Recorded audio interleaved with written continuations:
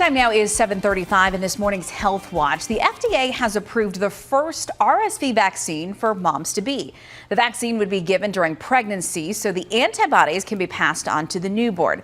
So how does it work and who should get the vaccine? Clearly, I've got a lot of questions, but we've got the lady who has the answers. OBGYN, Dr. Sharon Thompson, joining us this morning. Good morning, Dr. T. Good morning. So we heard this news earlier this week. What did you think about it and the study that they did to say, hey, this works? Yeah, this is great news for moms and babies and families because year after year, RSV is a big problem in terms of kids winding up being hospitalized, being very ill, and some of them dying. So to be able to have a therapy that can prevent those infections is fantastic for everybody. So talk a little bit about how it works.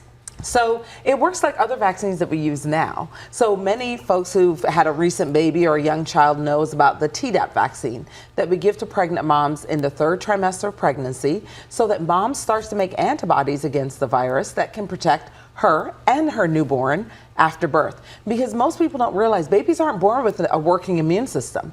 The only immunity they have is what they share with their moms. And that's why breastfeeding becomes so important as well. So mom gets the vaccine, shares those antibodies with the newborn to protect newborn. And when would mom ideally get the vaccine with this particular shot? So for this one, we want to, the indication is after 32 weeks. And the reason for doing it a little bit later than the other vaccine we use in pregnancy is because in the study, and it was a study of over 7,000 women, there was a slight association with preterm birth. It wasn't significant, but in an abundance of caution, the recommendation is going to be to give 32 to 36 weeks. Talk a little bit about some of the side effects that we saw from this trial. Yeah, so we didn't see a lot of significant side effects. A lot of what you would expect with a vaccine. Some pain at the injection site, maybe a headache, occasionally a fever, not feeling well, that sort of blah you get after a vaccine, but not a lot of significant side effects, which is great.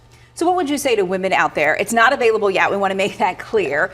But let's say you get pregnant and it's early next year and the vaccine is available. Would you advise them to get it if they are feeling a little hesitant? You know, a new vaccine late in the pregnancy? Yeah, I do recommend vaccines in pregnancy. When people hear about a new vaccine, they get very, oh, it's new. But vaccines are not new.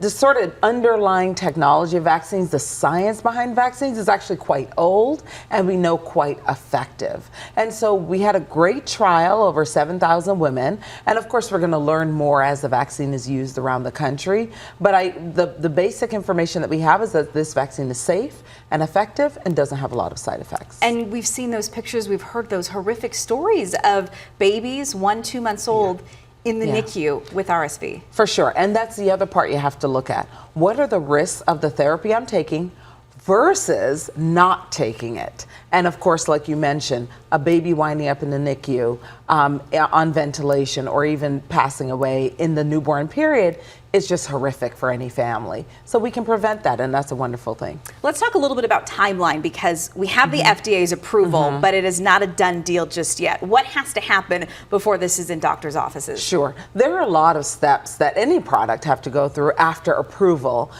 from figuring out when are we going to give it, where is it going to be available? What are the rules around monitoring after someone gets a vaccine? How do you report if you think you had an effect from the vaccine? So all those steps have to be laid out, and then basic things like pricing have to be laid out, and we don't know those yet. So those are still being worked out very actively right now. Okay, so probably could be a couple more months. A couple more months, probably. Dr. T, thank you so much for always answering our call. Great advice this morning. Thank you for having me. Guys, we'll send it over to you.